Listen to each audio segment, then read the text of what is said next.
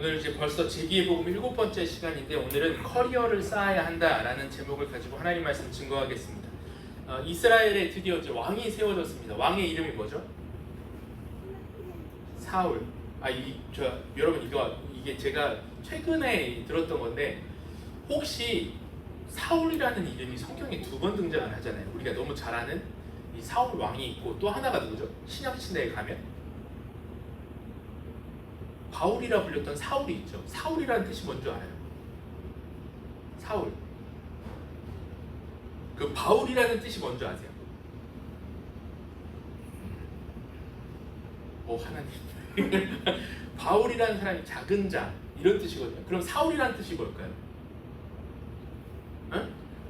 큰 자. 이렇게 알아봤잖아요. 옛날에 목사님들이 그렇게 설교를 했단 말이에요. 저도 그런 줄 알고 있었거든요. 근데 제가 그 전에 설교를 준비하면서 하나 알게 된 게 뭐냐면 사울이라는 건 하나님이 부르신 자, 그 중에 뽑아서 부르신 자를 사울이라고 해요. 그러니까 이거는 상식인데 나중에 사울이 바울이 됐다. 나중에 신약에 가면 이런 얘기 나오잖아요. 교만한 자가 이렇게 됐다. 이런 뜻이 아니라 바울에게는 2가지 이름이 있었어요. 히브리어로 사울이라는 이름이 있었고 헬라어로 이름을 바울이라 했어요. 이 상식이니까 여러분 꼭 나중에 알았어요. 바울이 큰 자가 작은 자가 된 거야 이렇게 하면 아니라고. 그거 아니라고. 바울은 이름이 2개였다고. 이렇게 딱 멋있게 나중에 누가 그렇게 하면 얘기해 주세요. 오늘 설교랑 별로 관계가 없지만 상식이니까 한번 얘기하고 지나가는 건데, 이제 이스라엘에 사울이라는 왕이 세워졌는데 오늘 사울에게는 그렇게 인정받을 만한 커리어가 없었습니다. 여러분 이제 커리어가 있으시죠? 이력서 낼 때 혹시 어떤 것들을 꼭 써서 내시나요? 대학, 어떤 이런 내가 자격증, 그치? 여기는 또 이제 요즘 자격증이 굉장히 중요하죠. 또 뭐가 있죠? 커리어가 어디 경력.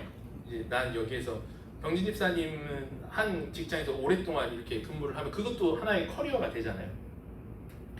그런 것처럼 커리어 이런 식으로 쓰는데 사울에게는 별 커리어가 없었습니다. 그 당시에는 어떤 거를 써야 이 커리어에 조금 왕이라는 커리어에 좀 좋았냐면, 왕은 백성들을 잘 지키고 또 전쟁에서 싸움을 잘하는, 그래서 다른 나라로부터 나라를 잘 지키고 다른 나라를 빼앗는, 땅을 넓혀가는 일을 잘하면 그게 좋은 왕, 커리어가 좋은 왕 이렇게 생각을 했단 말이에요. 그래서 그런 게 쌓여 있어야 실제적으로 왕으로 인정을 받았는데 사울은 지금까지 한 번도 싸움을 해본 경험이 없었던 거예요. 근데 오늘 하나님께서 특별한 첫 번째 전투를 통해서 사울에게 커리어를 선물하십니다. 그런데 이 첫 번째 전투가 이루어지는 과정, 그리고 이 첫 번째 전투를 하는 그 배경에는 하나님이 사울에게 깨닫고자 하셨던 그 특별한 일들이 있었다는 거예요. 이게 오늘 핵심인데, 과연 오늘 사울에게는 어떤 싸움이 있었고 또 하나님은 그 싸움의 배경 가운데 어떠한 일들을 사울에게 주시고 싶으셨는지 그것을 살피는 시간을 갖도록 하겠습니다. 첫 번째로 살필 것은 어두운 커리어입니다.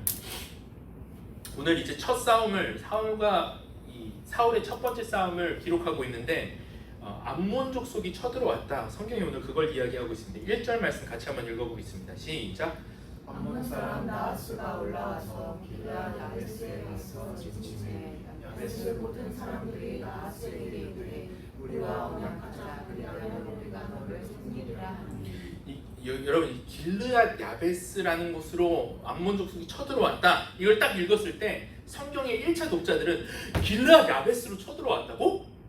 이렇게 놀랐다는 거예요. 지금 우리만 못 놀라고 있는 거예요.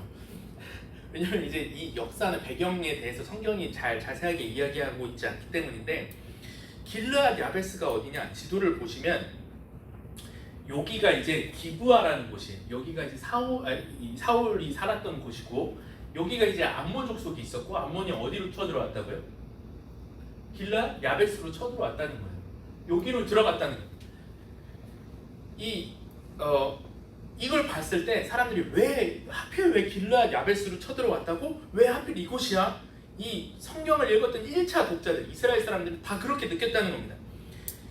여러분 보세요. 사울이 살았던 이 기브아 땅은 베냐민 지파의 땅이었습니다.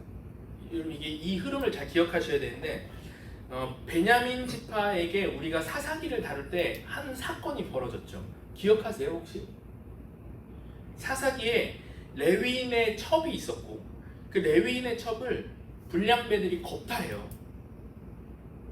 그래서 이 사람이 밤새 그렇게 당하다가 이 여성이 죽게 됩니다.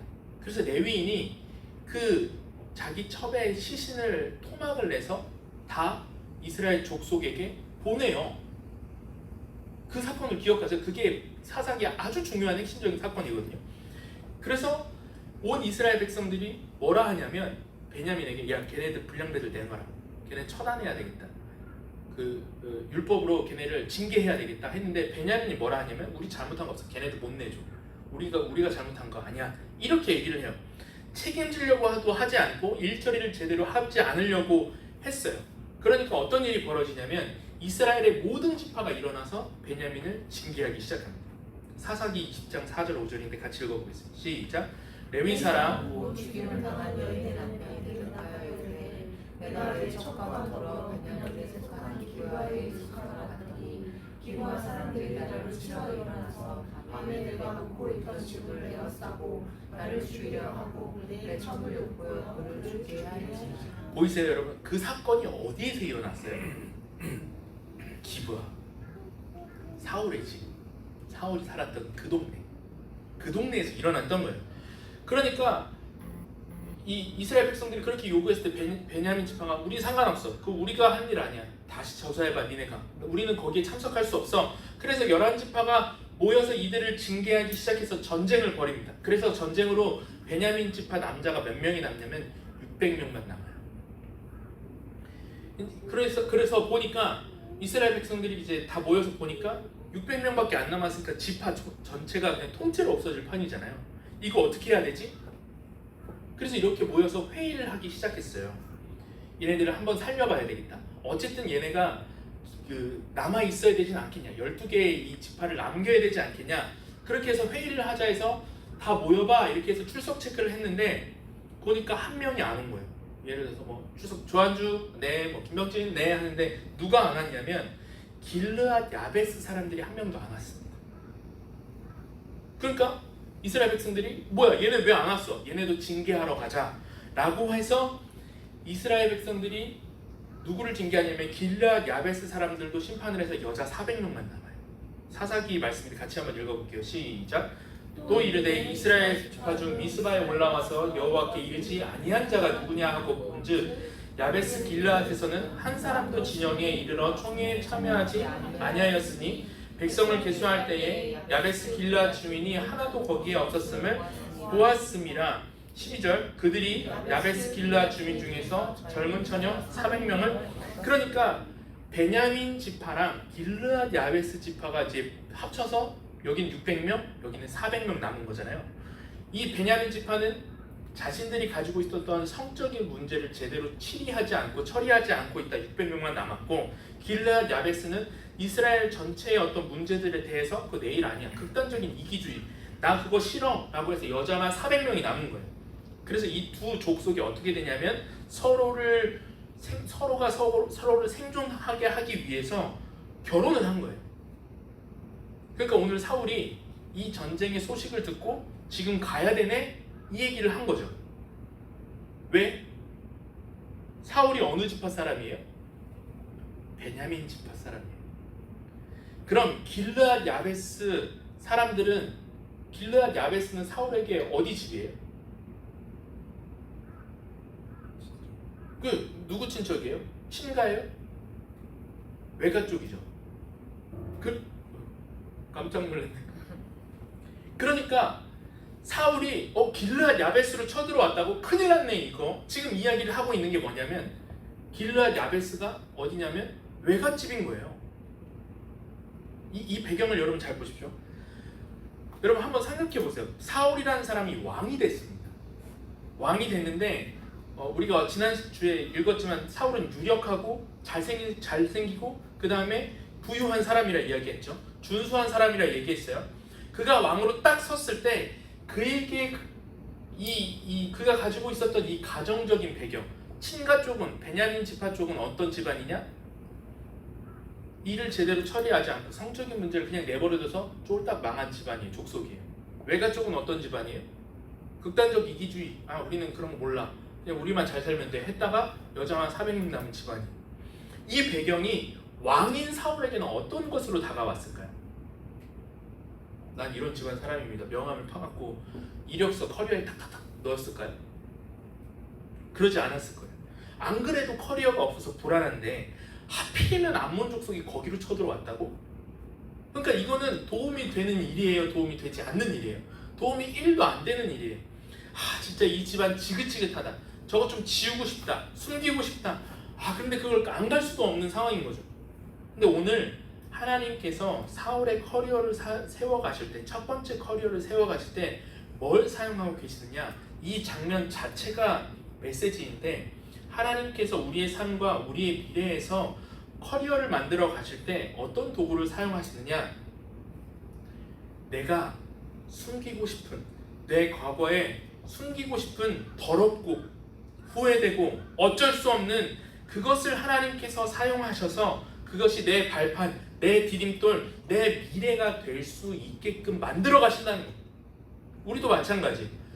사실 우리가 커리어에 쓰지는 않지만 숨기고 싶은 꼬리표들이 우리 삶에 있잖아요.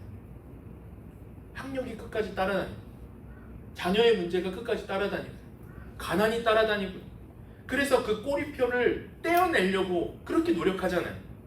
그것만 없으면, 내 인생의 커리어에서 그것만 없으면 난 잘 살 수 있어, 괜찮아질 거야 라고 우리는 생각하잖아요.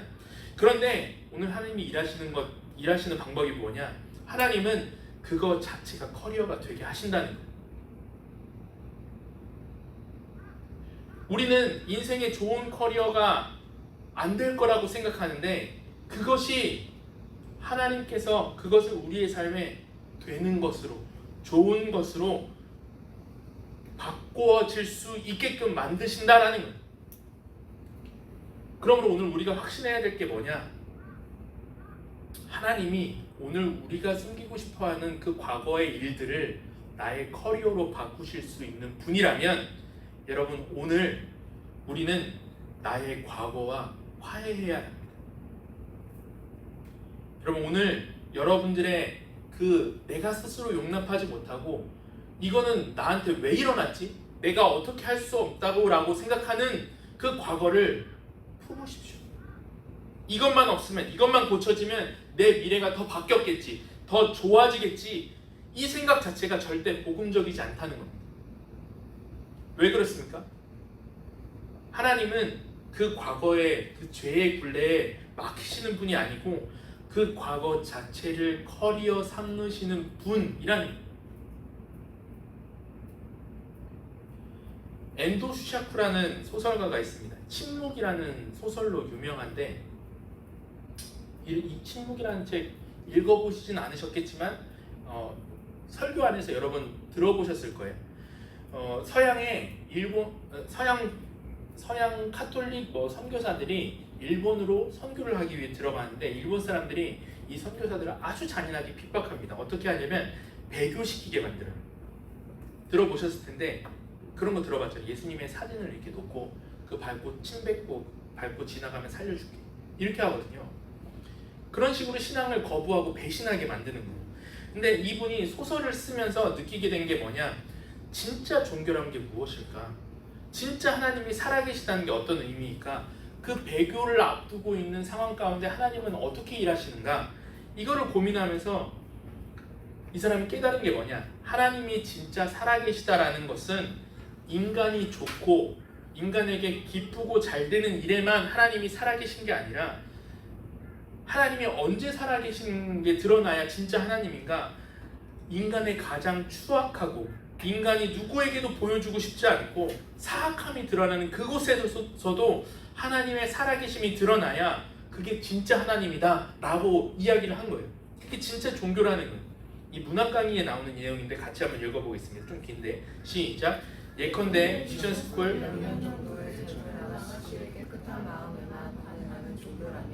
저는 만족할 수가 없습니다.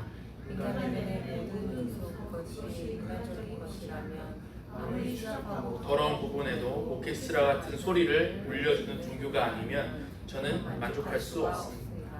기독교가 진정한 종교라면 인간의 어떤 부분에도 제대로 교양을 올려줄 거라고 생각합니다. 인색한 남자에 대해서는 하나님은 언젠가 자신 쪽으로 돌아보게 하기 위해 인색한 성질을 철저하게 사용하십니다. 유혹에 시달리는 남자에게는 언젠가 자신을 복귀하려고 교회에 가져오십니다.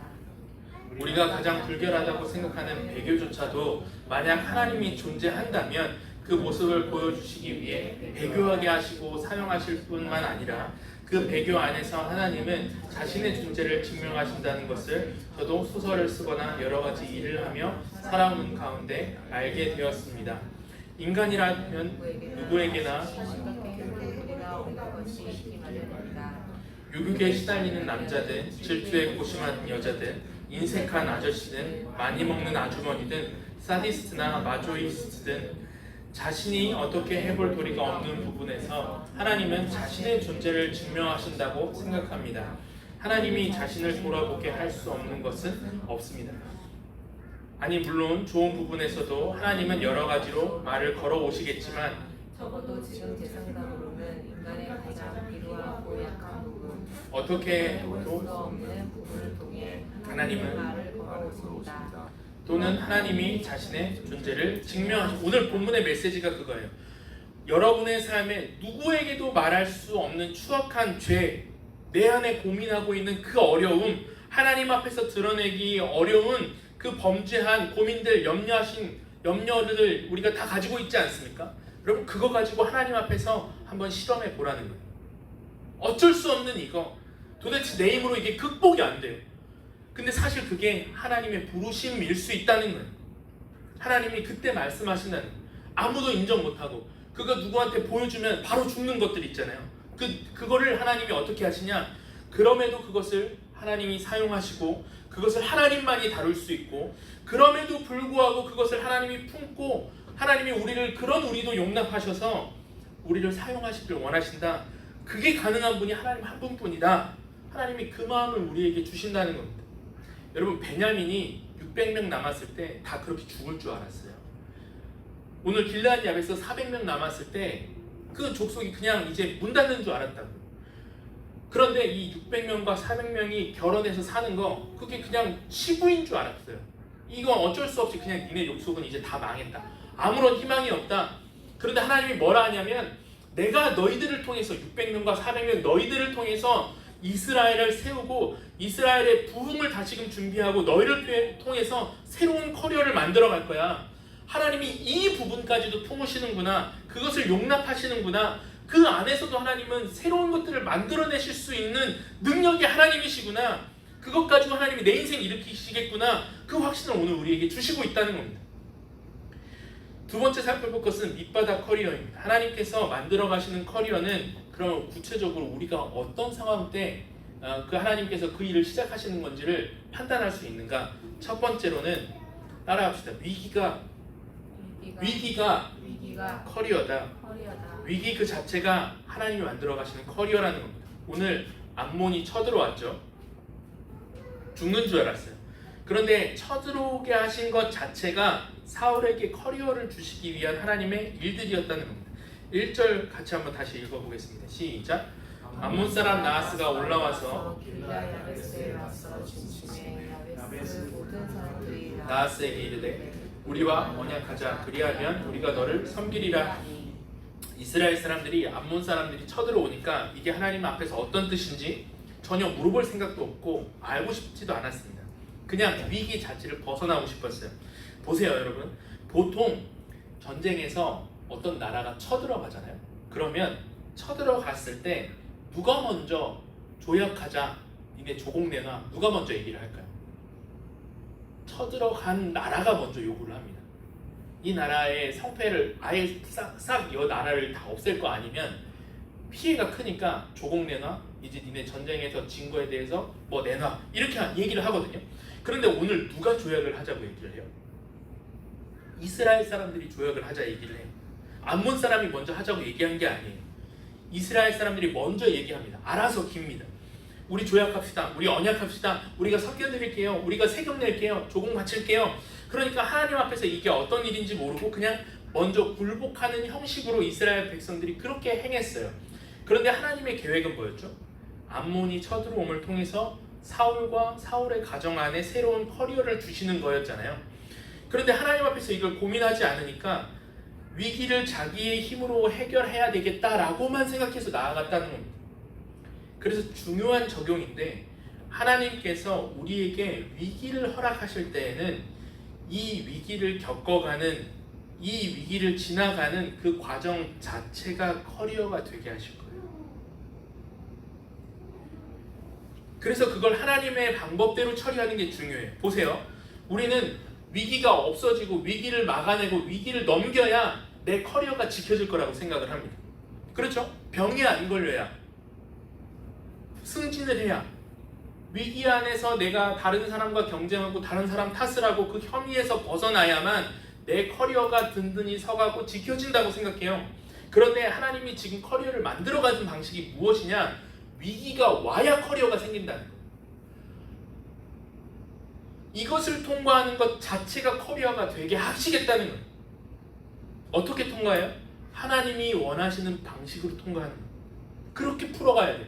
우리의 삶에 위기가 다가왔을 때, 아, 이거 하나님이 커리어 주시려고 하는구나, 하나님이 원하시는 방식으로 풀어가야지, 이렇게 가야 된다는 거예요. 그런데 오늘 이스라엘 사람들이 어떻게 했냐면 내가 원하는 방식으로 그걸 풀려고 했어요.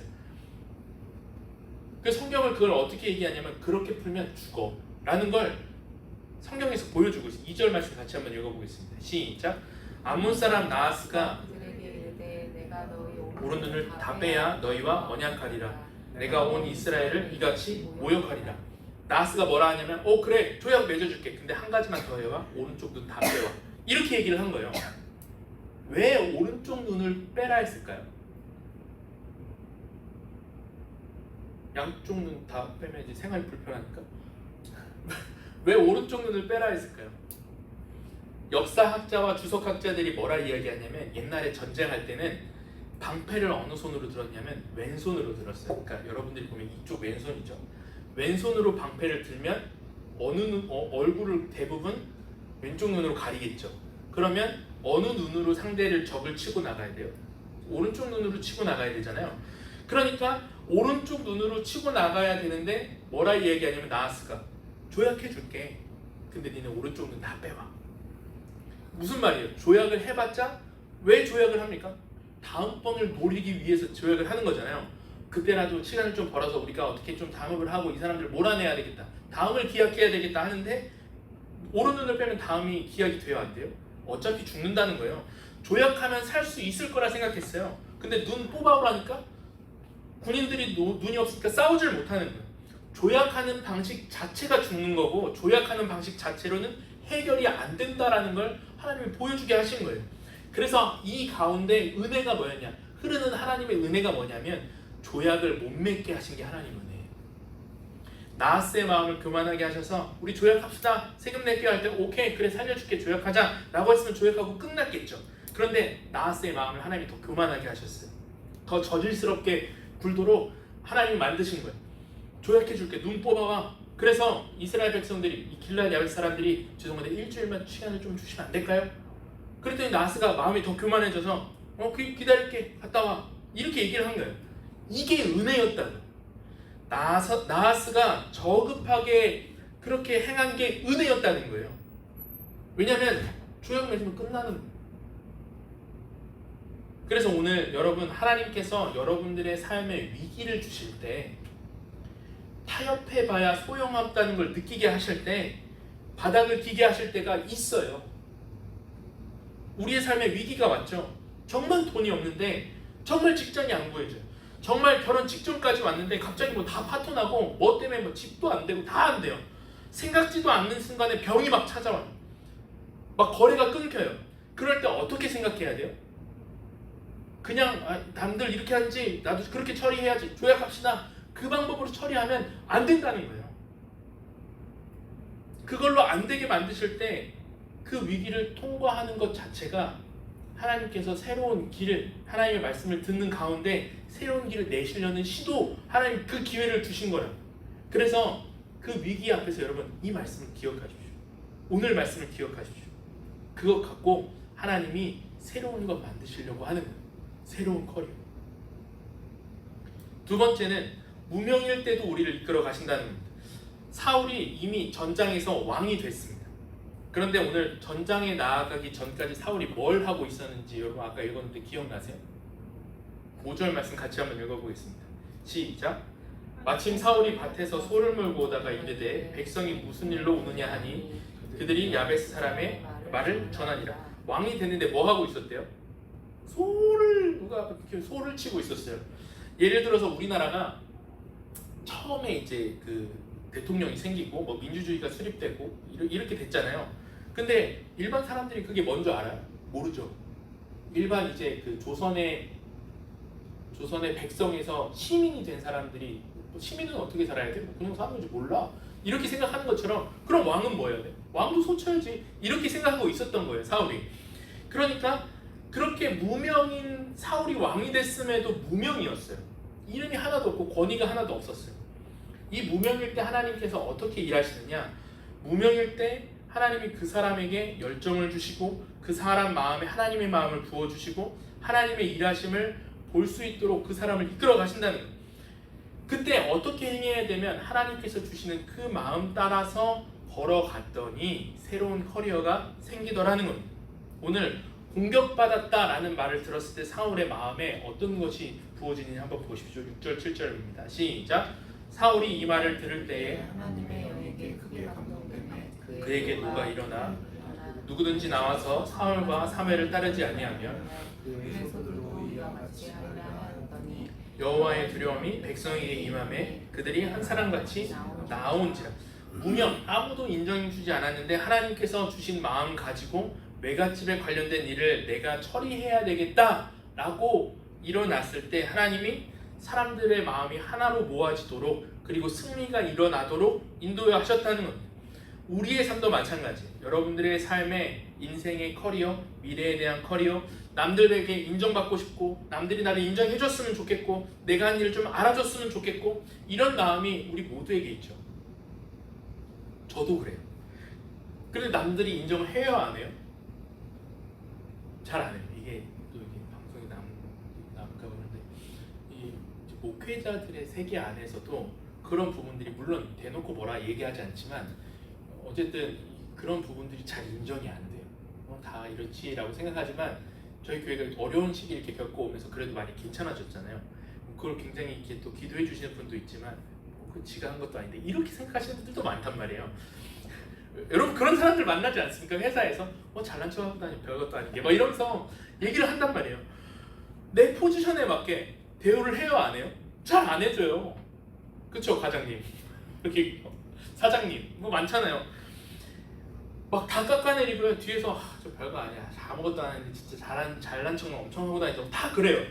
그럴 때 그리스도인들은 어떻게 삶에서 이 내 커리어를 드러낼 수 있을까요? 제가 이거 했다니까요. 저희 교회가 이렇다니까요. 제가 하는 일이 이거라니까요. 이거 다 내가 한 거예요. 이런 식으로 증명하는 게 아니라는 거예요. 우리는 표면적으로 내가 한 일을 증명하는 방식으로 쓰임받지 않습니다. 그리스도인은 표면적으로 내 권위를 스스로 드러내면서 드러내는 방식으로 쓰임받지 않는다는 거예요. 예수 믿는 자들의 방식이 무엇인가? 내가 커리어를 드러내지 않을 때도 내가 무명일 때에도 괜찮아요. 하나님의 영에 감동된 일, 그 마음, 그거 따라간다는 거예요. 내가 잘 드러나지 않아도 내가 무명이어도 아직 내가 소를 치고 있어도 그게 중요하지 않아요. 하나님의 영에 감동될 때 그것 따라 행할 때 그때 커리어가 만들어지더라. 이 방식을 따라 살아가는 겁니다. 여러분 자꾸 직책에 맞게 일을 하려고 하거나 남들이 인정하지 않기 때문에 내가 그 일을 그만둔다던가 여러분 그렇게 여러분들의 삶을 따라가고 있다면 그렇게 따라가지 마십시오. 하나님께서 직장과 가정에서 여러분들에게 주신 일이 있을 거예요. 하나님이 그 마음을 부어주실 거예요. 내가 가정 안에서 이거는 내가 하나님 안에서 하나님 앞에서 가정 안에 이거를 좀 꾸준히 해야 되겠다. 직장에서 하나님이 주시는 마음 보니까 저 사람 내가 꾸준히 좀 챙겨줘야 되겠다. 저 사람 내가 좀 격려해줘야 되겠다. 내가 꾸준히 저 사람을 좀 챙겨야 되겠다. 이 업무에 내가 조금 더 인볼브 해야 되겠다. 참여해야 되겠다. 적극적으로 가야 되겠다. 이게 내가 맡은 일이 아닌데 하나님이 주시는 마음이 있어요. 그때 내가 내 일도 아닌데 인생 각자 도생이지, 자기가 알아서 사는 거지, 이렇게 생각하지 않고 하나님이 나에게 커리어 만들어 가시나 보다 생각하시고 주시는 그 마음을 따라 행할 때 그것이 커리어가 되게 하신다라는 겁니다. 마지막 세 번째, 기다림 커리어입니다. 오늘 마지막에 사무엘이 사울한테 자꾸 이상한 얘기를 해요. 승리한 거 감사한데 길갈로 내려가서 우리 마음을 새롭게 하자. 14절 15절 말씀 같이 읽어보겠습니다. 시작. 사무엘이 백성에게 이르되 오라 우리가 길갈로 가서 나라를 새롭게 하자. 모든 백성이 길갈로 가서 거기서 여호와 앞에서 사울을 왕으로 삼고 길갈에서 여호와 앞에 화목제를 드리고 사울과 이스라엘 모든 사람이 거기서 크게 기뻐하니라. 이미 승리했어요. 사울은 이미 왕이 됐죠. 그렇죠? 기름 부음을 받았잖아요. 그런데 길갈로 가서 새롭게 하재요. 이게 무슨 말일까요? 사실 사무엘이 이미 이 이야기를 사울에게 했습니다. 사울에게 기름 붓던 날, 사무엘이 기름 붓던 날 사울에게 사무엘이 이미 이 이야기를 했어요. 10장 8절 말씀 같이 한번 읽어보겠습니다. 시작. 너는 나보다 앞서 길갈로 내려가라. 내가 내게로 내려가서 번제와 화목제를 드리리니 내가 내게 가서 내게 행할 것을 가르칠 때까지 7일 동안 기다리라. 너 지금 커리어도 없고 이 나라를 어떻게 이끌어야 되는지도 모르겠지? 자꾸 다른 데 가지 말고 길갈로 내려가서 7일 동안 기다려. 그러면 내가 너에게 행할 것을 알려줄게 라고 사무엘이 이미 이 전쟁이 일어나기 전에 이야기를 했습니다. 근데 사울이 그 말을 안 들었던 것 같아요. 그냥 집 가서 소치고 아유 이제 집안이 너무 밀려있네, 이거 농사도 져야 되는데 이거 빨리 해야지, 이렇게 하고 있다가 외갓집에 전쟁 났다는 말을 듣고 어찌어찌 가서 싸웠는데 하나님 은혜 주셔서 승리한 거예요. 그런데 오늘 사무엘이 다시 이걸 돌아보게 만듭니다. 너 원래 어디 있어야 됐어? 내가 너 길갈로 내려가라 했잖아. 그 얘기예요. 길갈에 가만히 있었으면 하나님께서 커리어 다 만들어 주셨다는 거예요. 우리의 삶도 마찬가지입니다. 얼마 되지 않는 연봉을 받는 그 직장에 하나님이 그냥 두실 때가 있어요. 내가 그냥 싱글일 때 하나님 그냥 가만히 두실 때가 있어요. 기도하면서 기다려, 예배드리면서 기다려, 그 과정, 그 자녀, 그 일터 그거 섬기면서 잠잠히 길갈로 내려가서 기다려. 그러면 그거 섬기는 동안 내가 너에게 내려가서 행할 걸 가르칠 거야. 그렇게 말씀하실 때가 있다는 거예요. 커리어를 만들어가는 여러분, 우리의 방식은 뭐냐? 하나님 왜 이 직장에 두셨습니까? 빨리 더 좋은 직장, 더 연봉 많이 주는 직장 옮겨주십시오. 아무도 인정해주지 않는 이 부서에 나를 왜 처박아 두셨어요? 하나님 왜 나를 이렇게 고생시키세요? 이런 불만을 가지고 우리 스스로가 하나님이 만들어가신 이 커리어를 다 놓친다는 거예요. 근데 오늘 본문이 보여주는 건 무엇인가? 이미 다 승리했는데 사무엘이 자꾸 뭘 새롭게 하자는 것인가? 사울아 길갈로 내려가서 7일 기다리라 했잖아. 그게 사실 승리였다는 거예요. 사무엘이 사울에게 말한 것 같이 하나님께서 오늘 우리에게 동일하게 말씀하시고 우리가 길과 같은 곳에서 7일 동안 기다릴 때 우리의 삶이 열릴 것이다, 우리에게 새로운 미래의 커리어가 생길 것이다 라는 이 말씀이 어떻게 여전히 유효하고 여전히 적용된다는 것을 우리는 확신할 수 있을까요? 이 말씀대로 그렇게 기다리는 게 우리는 마음이 급해 죽겠는데 이렇게 할 때 그게 새로운 길로 연결될 것이라는 것을 우리는 어떻게 확신할 수 있어요? 그거 어떻게 한지 어떻게 장담할 수 있겠어? 우린 늘 조급하잖아요. 예수님을 볼 때 우리는 그걸 확신할 수 있어요. 예수님께서 이 땅에 오셨을 때 사람들이 야 커리어 만들어봐 이렇게 얘기를 했습니다. 뭐라 그러냐? 너 3일 만에 성전 다시 짓는다며, 그 무너뜨리고 다시 짓는다며. 근데 너 십자가에 달려있네? 너 언제 가서 시멘트 바를래? 마가복음 15장 29절 말씀 같이 한번 읽어보겠습니다. 시작. 지나가는 자들이 자기 머리를 흔들며 예수를 모욕하여 이르되 아하 성전을 헐고 사흘에 짓는 자는 자야. 야 지금 뭐 하는 거야? 빨리 가서 성전 지어야지. 그런데 예수님께서 아버지의 말씀에 순종한 게 있어요. 그건 뭐예요? 무덤에 내려가서 3일 동안 기다려. 길갈로 내려가서 7일 동안 기다려라. 내가 내게 행할 일을 가르치리라. 거기에 커리어가 만들어지게 하리라. 사람들을 빨리 구원해야 하는데 예수님께서 그 가운데, 그 급한 상황 가운데, 그 조급한 상황 가운데 하신 일이 무엇인가? 무덤에 가서 죽음 속으로 들어가서 3일간 기다리시는 거야. 그러면 커리어가 생길 거야. 예수님께서 우리에게 주신 커리어가, 예수님이 그 커리어를 통해서 우리에게 주신 커리어가 무엇입니까? 죽음 속에서 3일간 기다릴 때 우리의 인생이 죽음으로 그치지 않고 영생의 커리어를 소유할 수 있도록 이미 약속하신 분, 그 일을 행하신 분이 우리 예수님이시지 않습니까? 우리가 예수님과 동행한 자로 예수님의 그 능력이 오늘 우리 안에 있는, 그 여전히 있는 그런 예수님의 제자로 살아가고 있다면 여전히 그 능력이 우리 안에 있다는 거예요. 우리가 확신할 수 있는 게 무엇인가? 무덤 속에서도 3일간 기다리심을 통해서 영생을 만들어내신 그분의 영이 나와 함께 하신다면 죽음과 같이 그 죽음의 사선을 건너는 것과 같은 우리의 인생의 그 사선의 시간, 3일간의 시간이 괜찮다라는 거예요. 예수님이 그 다음에 어떻게 하시냐? 요한복음 21장 19절에 이렇게 말씀하십니다. 같이 읽겠습니다.